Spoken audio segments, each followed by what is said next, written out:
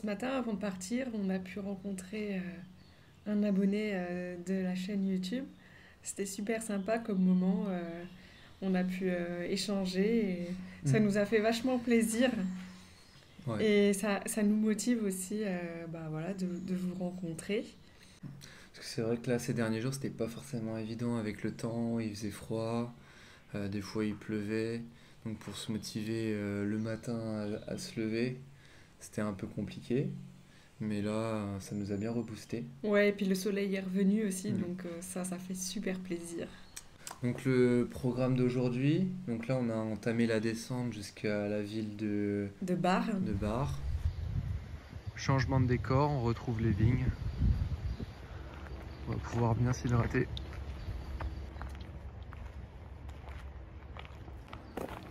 Bon, on arrive à Bar là dans 10 minutes. Belle descente, ça fait du bien d'avoir un peu de soleil. On profite là.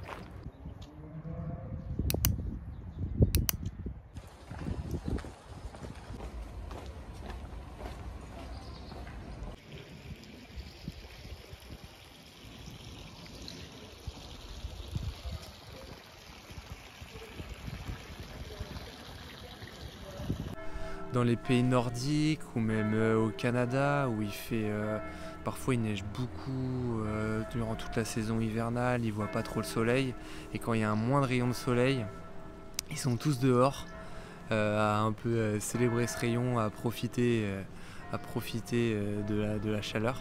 Et bah là j'ai l'impression que on vient un peu pareil, on a dormi dans le froid, mais là waouh, les premiers rayons de soleil, les premières chaleurs, qu'est-ce qu'on profite. Et j'avais vraiment l'impression de ressentir ce qu'ils vivent eux, quoi. C'est fou.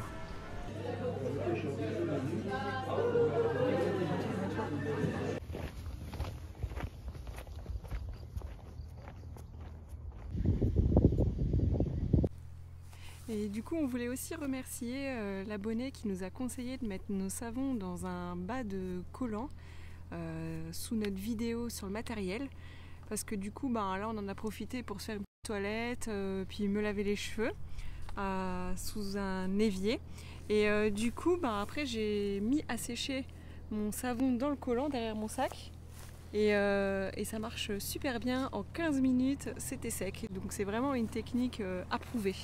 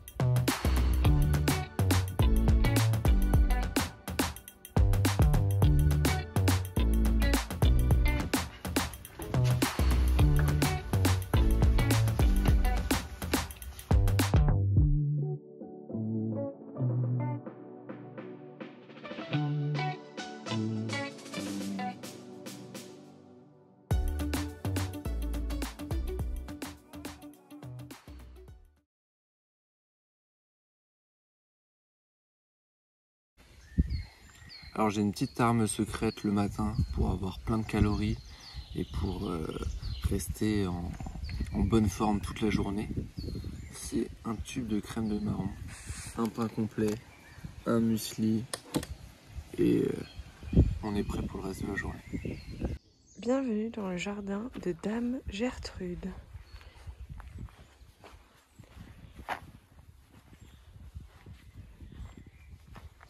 C'est un jardin médiéval.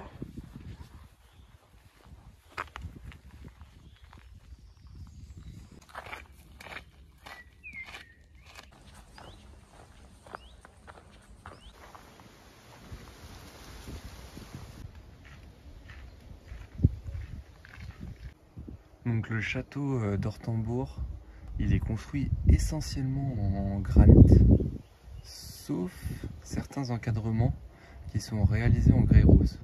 Donc il a été construit vers 1265 par Rudolf von Habsburg. On a oublié de vous raconter une petite anecdote quand même. Il y a quelques jours, on a rencontré une femme qui partait faire le GR5. Et alors, elle nous raconte un peu les péripéties de son début de voyage. Et là, elle nous dit qu'elle a emporté la bouteille de gaz vide au lieu de prendre la pleine. Alors, on l'a rassurée en lui disant que ça nous était aussi arrivé. Mais ça nous a aussi rassurés en se disant qu'on n'est pas les seuls. Mais c'est quand même dingue. Quelle est la probabilité qu'on croise quelqu'un sur le sentier à qui c'est arrivé également? C'est incroyable.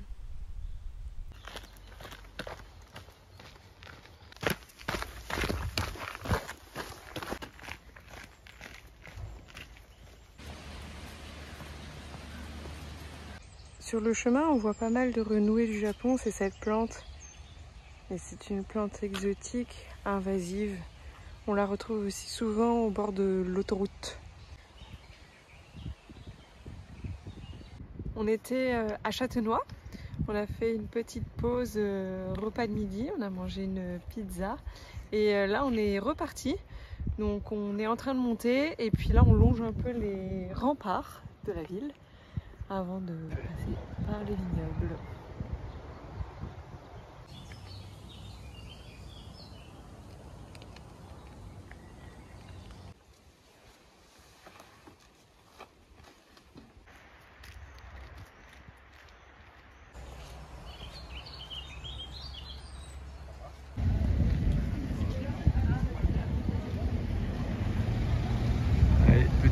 C'est le week-end d'Ascension hein, aujourd'hui. Hein. Waouh!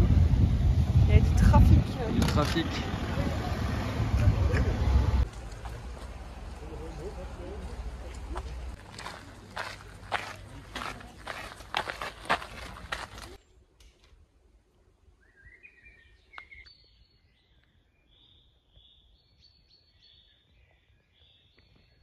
On est bientôt arrivé à notre bivouac potentiel de fin de journée si on trouve un bon spot. Donc normalement on va aller voir des châteaux là et on va voir si on va pouvoir se trouver une place. C'est bon, on a trouvé notre spot pour bivouaquer ce soir.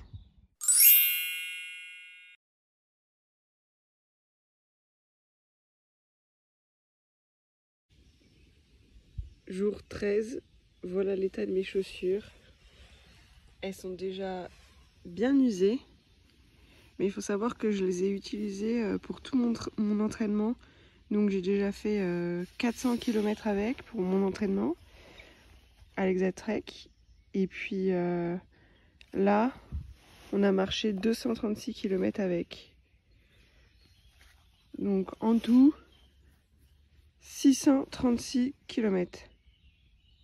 En ce qui concerne mon matelas, tout va bien avec le nouveau. C'est le Thermarest Neo-Air X-Lite Next. Il est 8h30, c'est officiellement notre heure de départ le plus tôt depuis le début de l'aventure sur l'Exatrek.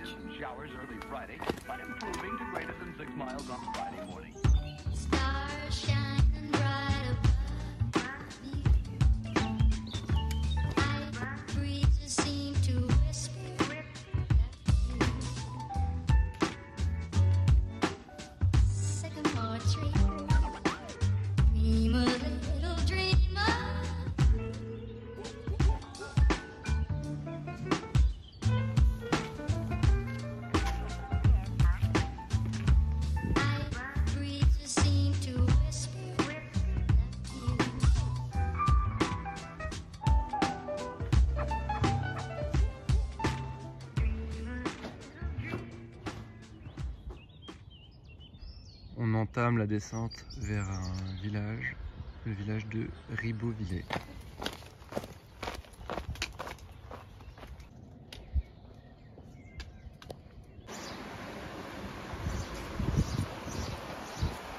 Donc là on vient de quitter le village de Ribeauvillé. On s'est ravitaillé en nourriture pour 4 jours. C'était un joli village, un chouette village, Ouais. très typique. Magnifique. Il y avait des belles rues, des belles bâtisses, donc ça c'était vraiment cool à voir. Il nous reste 20 km à faire avec encore 1200 de D+, donc on va commencer à attaquer Et grosse montée là, le sac est bien lourd. Ouais, on le sent bien là. Voilà. Allez, on va. C'est parti. Hein. C'est parti.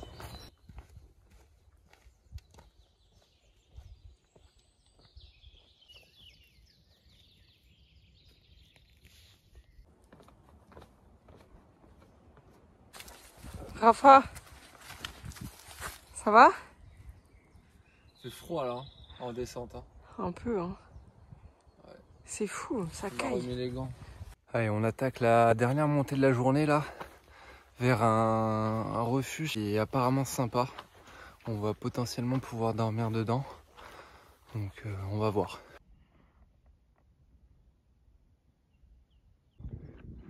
Et on va aller dormir là-bas. Bon, bah finalement, le refuge a été occupé par un enterrement de vie de garçon. Donc là, c'était la fête toute la nuit. On n'a pas pu, on pouvait pas dormir quoi. Donc on a décidé de continuer un peu là. Normalement, il y a un abri 2 km plus loin. Donc là, on va aller voir. Espérons qu'il n'y ait pas de fêtard aussi.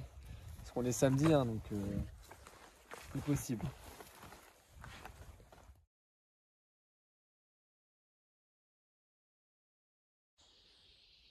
Bon, du coup, cette nuit, on a dormi ici, au bord de la route et de l'abri de ski. On a de la chance parce que chaque jour, on trouve au moins un vent ou un rondin de bois pour pouvoir nous asseoir et faire notre cuisine.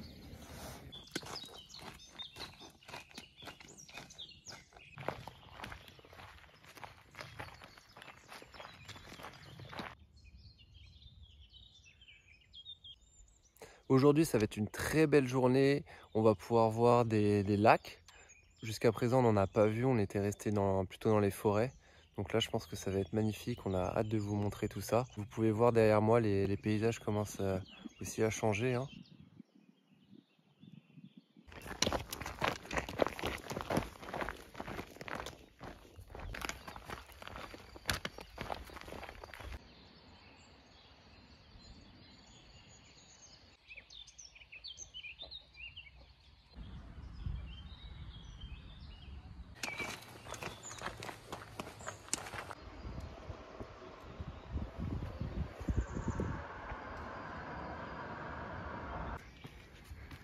Les premières chaleurs arrivent là. C'est notre première montée un peu sous le... On va appeler ça le cagnard. Hein. Le seul inconvénient, c'est qu'on va devoir faire plus de lessive. Parce que là, on transpire un peu plus. On va se sentir de moins en moins bon.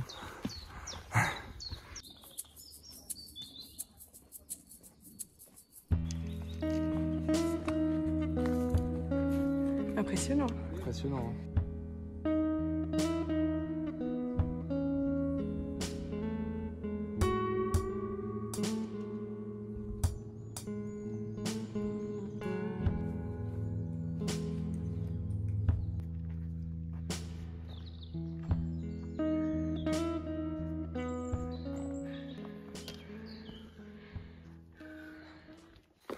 La montée pour voir les lacs, il faut les mériter. Hein.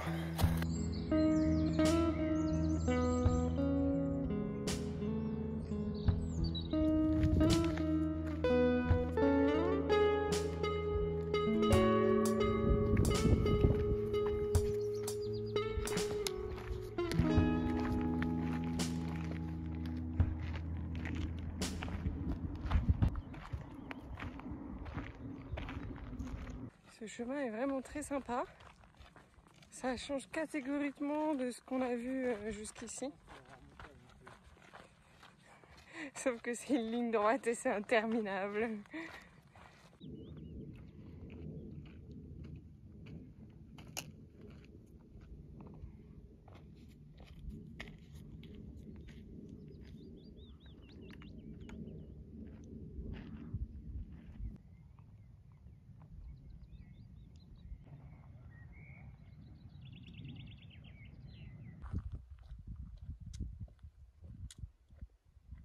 Bon là, la fatigue se fait un peu ressentir. C'est interminable. Aujourd'hui, on a pris des couleurs. Je sais pas si vous voyez mon bras. J'ai un peu roussi. Avec un peu de crème, ça ira mieux. Mais en tout cas, le paysage est vraiment magnifique. Nous sommes dans les Hautes-Chaumes vosgiennes. Petite zone de bivouac pour ce soir. Top. Top. Hein. Ce soir, au menu du jour, coquillettes avec des maquereaux à la sauce escabèche. Un délice.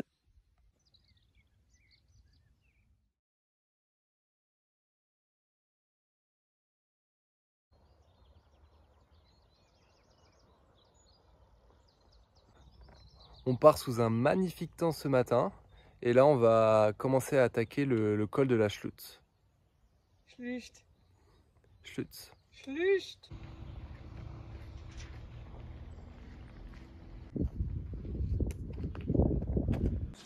On vient de faire une petite pause lessive. Comme ça, on est tout propre pour les jours qui viennent.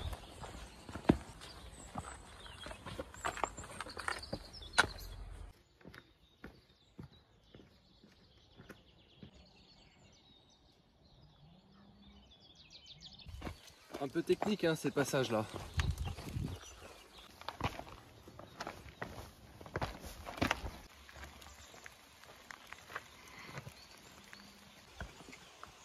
La pluie s'invite, il va falloir rester vigilant dans ces passages techniques, ça risque de glisser un peu là sur les roches.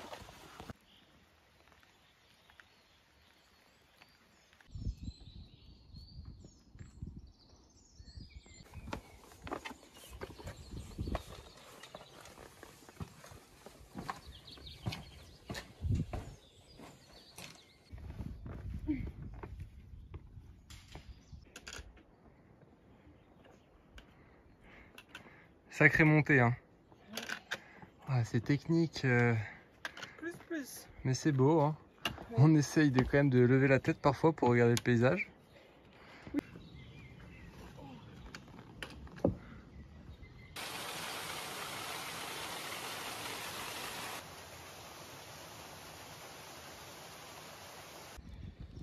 Petite pause après une montée, descente ultra technique.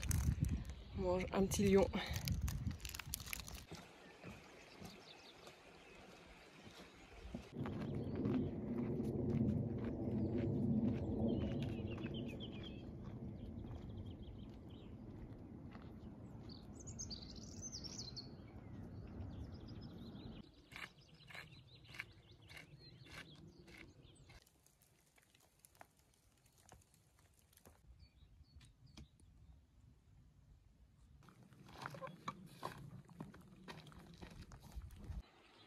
Ça y est, on est arrivé au premier lac.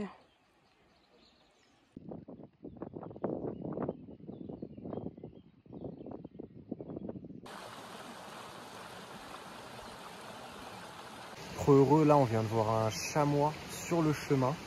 On l'a vu un peu à travers les fourrés et vraiment instant magique. Hein. Ah ouais, on est trop contents là. Hein. Ouais. On est dans les Vosges là et on a vu un chamois, pleine journée, incroyable. Tranquillou. On arrive au plus petit lac des Vosges.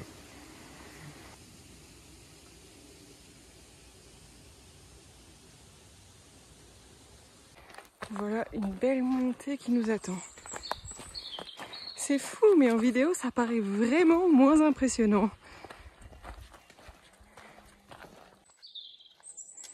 Là, on se rend quand même compte que Rafa galère un peu.